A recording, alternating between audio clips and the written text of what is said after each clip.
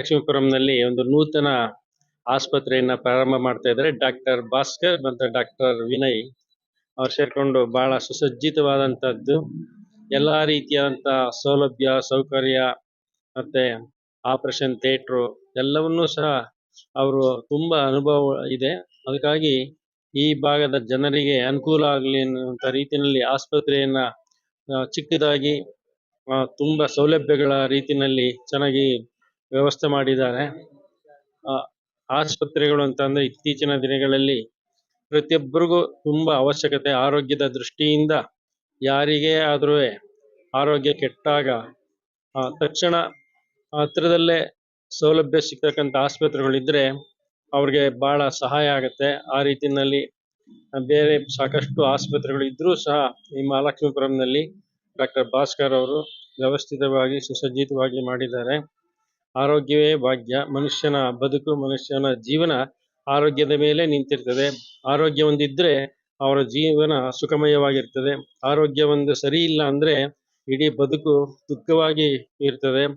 ಹಾಗೆ ದೇಶದಲ್ಲಿ ಜನಸಂಖ್ಯೆಗೆ ಅನುಗುಣವಾಗಿ ಈ ದಿನನೂ ಸಹ ಡಾಕ್ಟರ್ ಕೊರತೆಗಳು ಸಾಕಷ್ಟಿದೆ. ಬಹಳ ಹಿಂದೆ ತುಂಬಾ ಲಿಮಿಟ್ ಆಗಿ ಕಾಲೇಜ್ಗಳಿದ್ದು, ಮೆಡಿಕಲ್ ಕಾಲೇಜ್ಗಳು, ಆವಾಗ ಡಾಕ್ಟರ್ಗಳ ಕೊರತೆಗಳಿತ್ತು. ಮತ್ತೆ ಬರ್ತಾ ಬರ್ತಾ ಅದರ ಒಂದು ಗಮನವನ್ನ ಇಟ್ಕೊಂಡು ಸರ್ಕಾರ ಹೆಚ್ಚಿನ ಮೆಡಿಕಲ್ ಕಾಲೇಜ್ಗಳನ್ನ ಪ್ರಾರಂಭ ಮಾಡಿ ಹೆಚ್ಚಿನ ಡಾಕ್ಟರ್ಗಳು ಇರಬೇಕು, ಜನಗಳಿಗೆ ಸುಲಭವಾಗಿ ಚಿಕಿತ್ಸೆ ಸಿಗಬೇಕು. ಗ್ರಾಮೀಣ ಪ್ರದೇಶ ಮತ್ತೆ ಪಟ್ಟಣಗಳಲ್ಲಿ, ಸಿಟಿಗಳಲ್ಲಿ ಎಲ್ಲಾ ಕಡೆ ಉತ್ತಮವಾದಂತಹ ಡಾಕ್ಟರ್ಗಳ ಒಂದು ಸೌಲಭ್ಯ ಸಿಗಬೇಕು ಅನ್ನುವಂತ ರೀತಿಯಲ್ಲಿ ಎಲ್ಲಾ ಕಡೆ ಸುಸಜ್ಜಿತವಾದಂತಹ ಆಸ್ಪತ್ರೆಗಳು ನಿರ್ಮಾಣ ಆಗ್ತಾ ಇದಾವೆ. ಹಾಗೆ ಇಲ್ಲೂ ಸಹ ಭಾಸ್ಕರ್ ಅವರು ಬಹಳ ಚೆನ್ನಾಗಿ ಆಸ್ಪತ್ರೆಯನ್ನ ನಿರ್ಮಾಣ ಮಾಡಿ ಈ ಭಾಗದ ಜನರಿಗೆ ಅನುಕೂಲವನ್ನ ಕಲ್ಪಿಸ್ತಾ ಇದ್ದಾರೆ. ಅವರು ಹೆಚ್ಚಿನ ಡಾಕ್ಟರ್ ಅಂತ ಅಂದ್ರೆ ದೇವರು ಅಂತಾರೆ. ಎಲ್ಲರ ನೋವನ್ನ, ಎಲ್ಲರ ಕಷ್ಟವನ್ನ, ಎಲ್ಲರ ದುಃಖವನ್ನ ಹೋಗ್ಲಾಡ್ಸ್ತಕ್ಕಂಥವ್ರೆ ಡಾಕ್ಟರ್ಗಳು.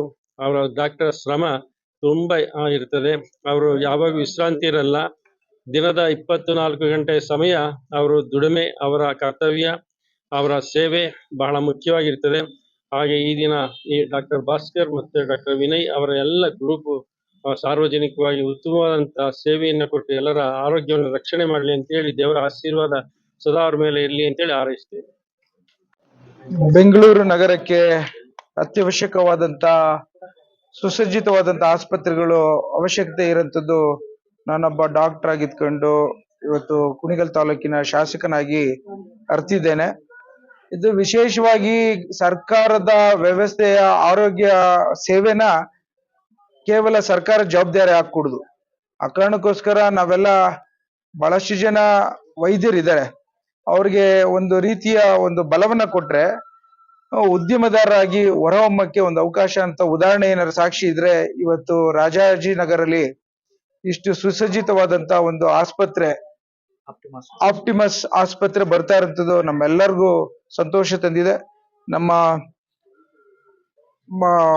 ಆದಿಚುಂಚನಗಿರಿ ಮಠದ ವಿದ್ಯಾಪೀಠದ ಸಂಸ್ಥೆಯ ಗುರುಗಳು ಇವತ್ತು ಸ್ವಾಮೀಜಿಯವರು ಸಹ ಬಂದು ಉದ್ಘಾಟನೆ ಮಾಡ್ತಾ ಇದ್ದಾರೆ. ವಿಶೇಷವಾಗಿ ಅವರ ಆಶೀರ್ವಾದ ಬಲ ಇದ್ರೆ ಆಧ್ಯಾತ್ಮಿಕ ಶಕ್ತಿ ಜೊತೆಗೆ ನಾವು ಕಲಿತಂತ ವಿದ್ಯಾಭ್ಯಾಸದ ಒಂದು ಶಕ್ತಿಯ ಮೇರೆಗೆ ಅತಿಯಾಗಿ ಒಂದು ಸಾಕಷ್ಟು ಸಮಸ್ಯೆ ಇರೋಂತ ರೋಗಿಗಳಿಗೆ ಉತ್ತಮವಾದಂತ ಸೇವೆ ಕೊಡುವಂತ ಉದ್ದೇಶದಲ್ಲಿ ಇವತ್ತು ಡಾಕ್ಟರ್ ಭಾಸ್ಕರ್ ಮತ್ತು ವಿನಯ್ ಅವರು ಹೊರಟಿದ್ದಾರೆ. ಅವರಿಗೆ ಭಗವಂತನ ಆಶೀರ್ವಾದ, ಸ್ವಾಮೀಜಿಗಳ ಆರೈಕೆ ಮತ್ತು ನಮ್ಮ ಸ್ನೇಹ ಸಂಬಂಧದಲ್ಲಿ ಇನ್ನು ಯಶಸ್ಸು ಕಾಣ್ಲಿ ಅಂತ ನಾವೆಲ್ಲ ಆಶಿಸ್ತೇವೆ. ನಾನು ಅವ್ರಿಗೆ ಅದನ್ನೇ ಬಂದ ತಕ್ಷಣ ಹೇಳಿದೆ, ಯಾವುದೇ ರೋಗಿ ಹಣವಿಲ್ದರೂ ಸಹ ಅವ್ರ ಜೊತೆ ಯಾವ ರೀತಿ ನಾವು ಸಹಕಾರ ಕೊಡ್ಬೋದು ಅಂತ ನಮ್ಮ ಇತಿಮಿತಿಲಿ ಆ ದೃಷ್ಟಿಲಿ ನಾವೆಲ್ಲ ಹೋದ್ರೆ ಎಲ್ಲೋ ಒಂದ್ ಕಡೆ ಭಗವಂತನ ಕೈ ಹಿಡಿತಾನೆ, ಜನರು ಕೈ ಹಿಡಿತಾರೆ ಅನ್ನೋದನ್ನ ನಾನು ಕಂಡಿದ್ದೇನೆ ವೈಯಕ್ತಿಕವಾಗಿ.